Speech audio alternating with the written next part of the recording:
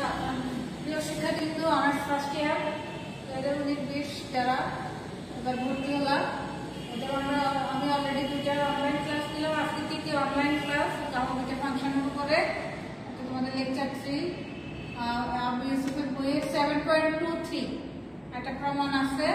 prove that 0 to pi by 2 sin to the power mx cos to the power nx dx equal to gamma m plus 1 by 2 gamma m plus 1 by 2 divided by 2 into gamma m plus n plus 2 divided by 2।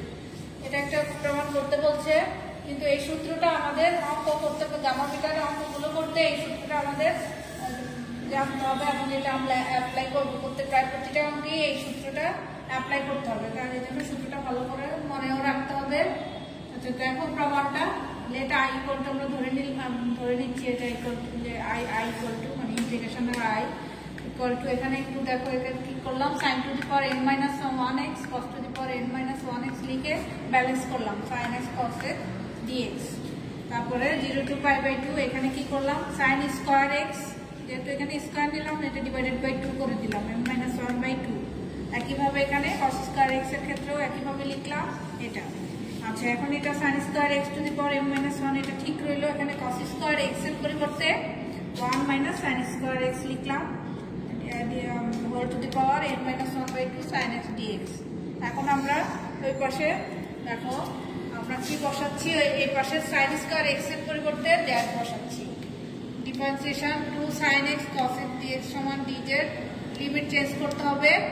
Limit if x equal to, যেহেতু limit ছিল 0 to infinity, 0 to ছিল pi by 2 ছিল, তাহলে if x equal to 0 দেন এখান থেকে z equal to 0 হয়।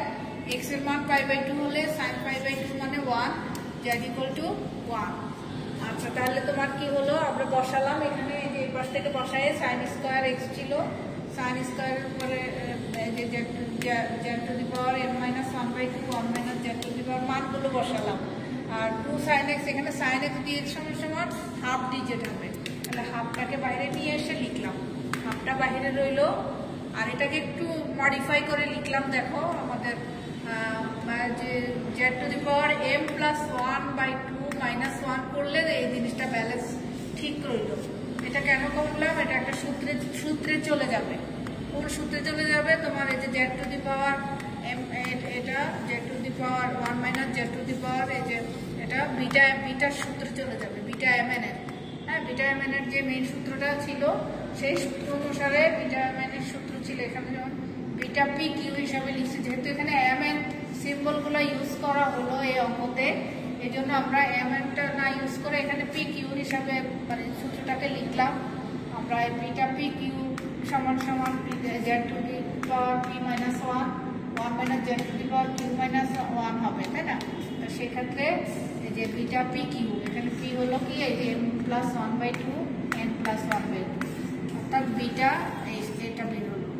এখন আমরা যে গামা বিটা রিলেশন, আমরা গত ক্লাসে আমরা গামা বিটা রিলেশনের যে সূত্র সেটা আমি ডান পাশে লিখছি অলরেডি।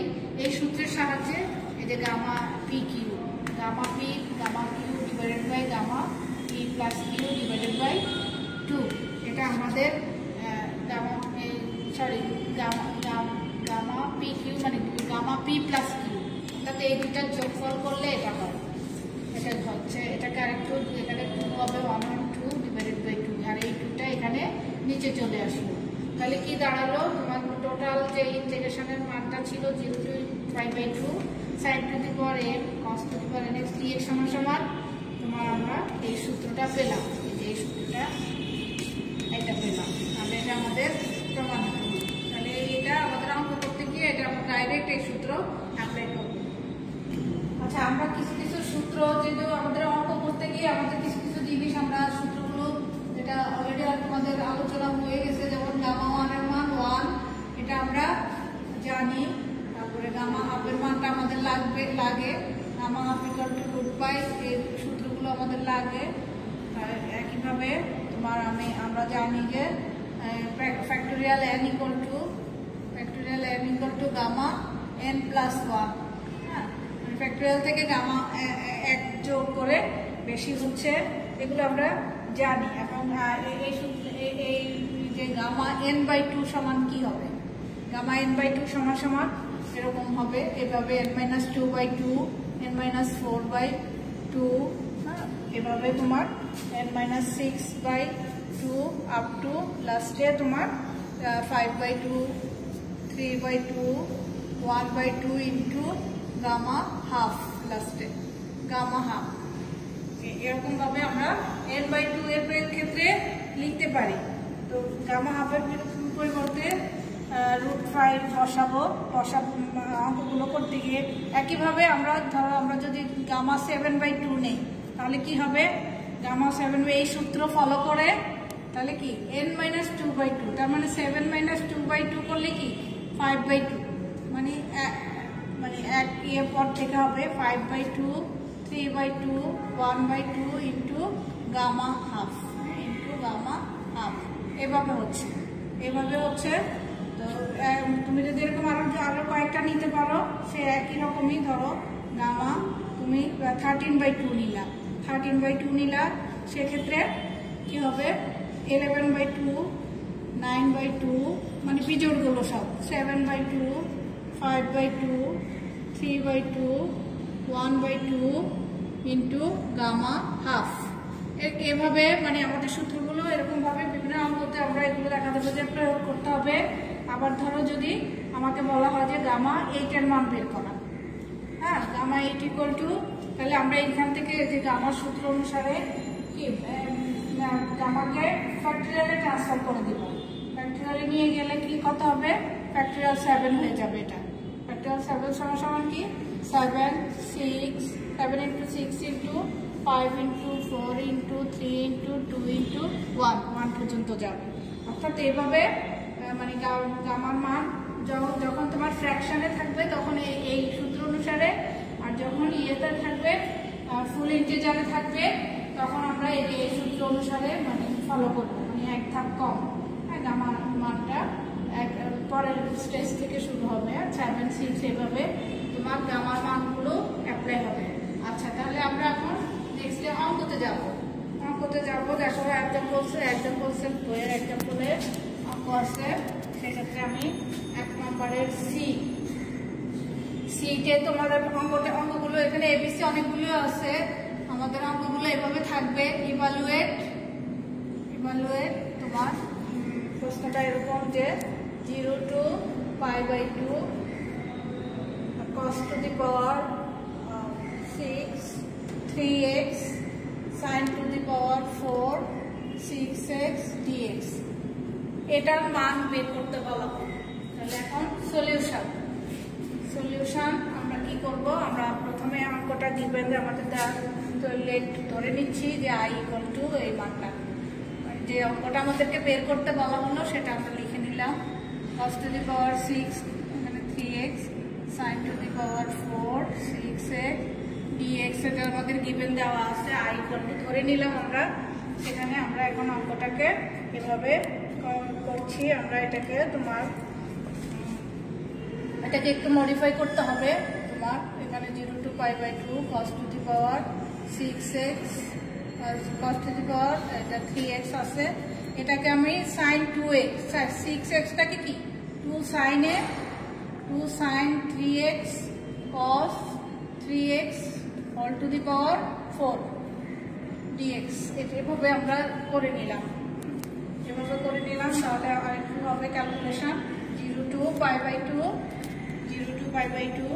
তোমার এখানে 2 to the power 4টাকে বাইরে নিয়ে আসি। 2 to the power 4টাকে বাইরে নিয়ে আসো। তারপরে এখানে কি থাকলো তোমার cos to the power কত থাকবে 6, আর এখানে 4 10 cos to the power 10, এখানে 3x, তারপরে sin to the power কত থাকবে তোমার 4, হ্যাঁ, sin to the power 4, এখানে 3x dx থাকবে। এভাবে তোমার আসলো। তাহলে আমাদের যে সূত্রটা প্রমাণ একটু আগেই করালাম সেই ফর্মে অঙ্কটা আসলো। 0 to π/2 sin to the power mx cos to the power nx dx আমাদের এই ফর্মে আসলো। এখন এই পর্যায়ে এসে আমরা অঙ্কটাতে তোমার কি করব, আমরা মানে ডাইরেক্ট সূত্র অ্যাপ্লাই করব। ডাইরেক্ট সূত্র এখানে 2 to the power 4 এর মান কত হচ্ছে, 4 বার 2 কে গুণ করলে কত হচ্ছে 16 এটা নিয়ে নিলাম। আর এই সূত্র অনুসারে একটু আগে আমরা পেলাম যে sin to the power mx, এটা গামার সূত্র অনুসারে 4 + 1 gamma 4 + 1/2 gamma 10 + 1/2 divided by 2 into gamma 4 + 10 + 2 divided by 2। তাহলে এই সূত্রটা আমরা একটু আগে পেলাম, সিন্স লিখে দিবা, যেহেতু 0 to π/2 কোন সূত্র অনুসারে পেলা সেটা একটু লিখে দিবা। sin to the power mx cos to the power nx dx equal to তোমার gamma m + 1/2 gamma n + 1/2 1 + 1/2 divided by gamma m + n + 2 divided by 2। হ্যাঁ, গামা 2 into আছে এখানে, 2 into gamma m + n + 2 divided by 2। তাহলে এই সূত্র অনুসারে আমরা এটা পেলাম। আচ্ছা, তারপরে তোমার ln থেকে আমি এখানে একটু যাচ্ছি ক্যালকুলেশনে, এখানে ক্যালকুলেশনে যাচ্ছি। তোমার এখানে গামা 5/2 পরে আসছে তোমার কি এখানে আছে, এখানে কাটাকাটি যাবে একটু, 8 আর 16 এমনি 8 লিখি আমি উপরে 8 লিখে দিলাম আগে।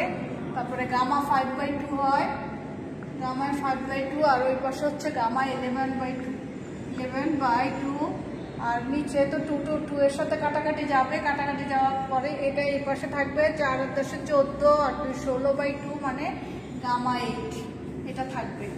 তাহলে গামা 8 এখানে 8 যা আছে থাকুক, এগুলো আমরা এখন ভাঙায় লিখবো। একটু এই পাশে যে সূত্রগুলো লিখলাম সেটা অ্যাপ্লাই করব। গামা 5/2টাকে কি হচ্ছে 3/2 1/2 ইন্টু গামা হাফ, আর গামা 11/2টাকে লিখবো 9/2 7/2, তারপরে তোমার 5/2 into 3/2 into 1/2 into gamma half, এটা আমরা লিখলাম গামা হাফ ডিভাইডেড বাই তোমার ফ্যাক্টরিয়াল 8টাকে ভাঙায় লিখছি। ফ্যাক্টরিয়াল 8 গামা 8টাকে ফ্যাক্টরিয়ালে ট্রান্সফার করলে 1 কমে যাবে, তাহলে 7 6 5 4 এগুলো ইন্টু আকারে 3 2 1 এভাবে। হ্যাঁ, তাহলে এখন আমাদের কি কাটাকাটি যাবে, একটু কাটাকাটি যাবে ক্যালকুলেশন করে। হ্যাঁ, আমাদের কাটাকাটি যা কি এই ক্যালকুলেশন করে আমরা ফাইনালি যে মানটা পাবো তোমার সেটা হলো এরকম পাবো 3π/ তোমার কাটাকাটি যাবে, ক্যালকুলেশন হবে 3π/256 এই মানটা পাওয়া যাচ্ছে।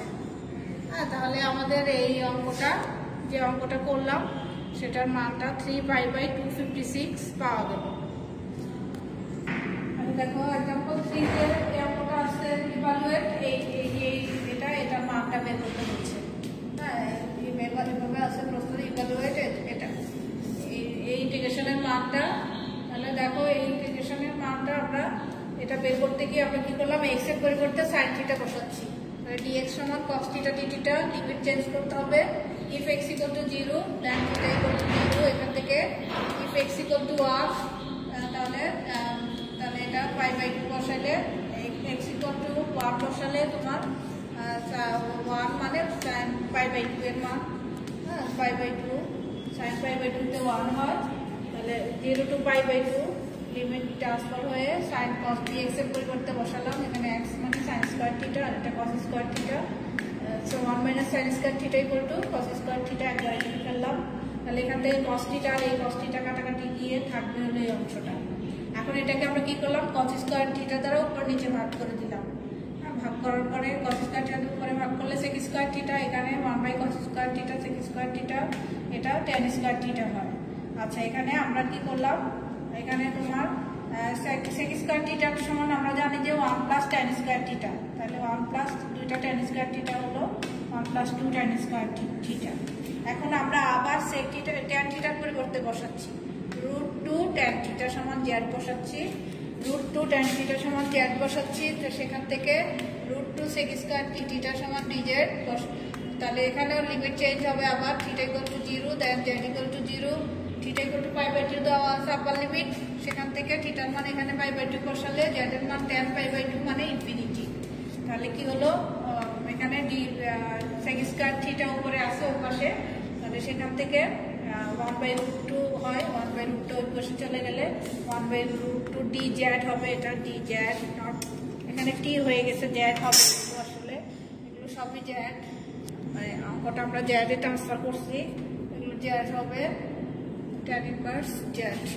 আচ্ছা তাহলে তোমার 1 z, হ্যাঁ তাহলে তোমার এখন 1/1 প্লাস z স্কোয়ার, তাহলে এই সূত্রটা আমরা জানি যে tan inverse 1/1 plus x square equal to tan inverse x, তাহলে সেই সূত্র অনুসারে tan ইনভার্স z হবে। এটাকে লিমিট বসাও, আপার limit tan inverse infinity, lower limit tan inverse 0, আর tan ইনভার্স ইনফিনিটির মান হলো π/2 আর এটা 0, দ্যাট মিন্স π/, এখানে √2 আছে 2√2, তাহলে আমাদের এই ইন্টিগ্রেশনের মানটা বেরোলো π/2 √2, তাহলে এটা আমাদের এটার আনসার।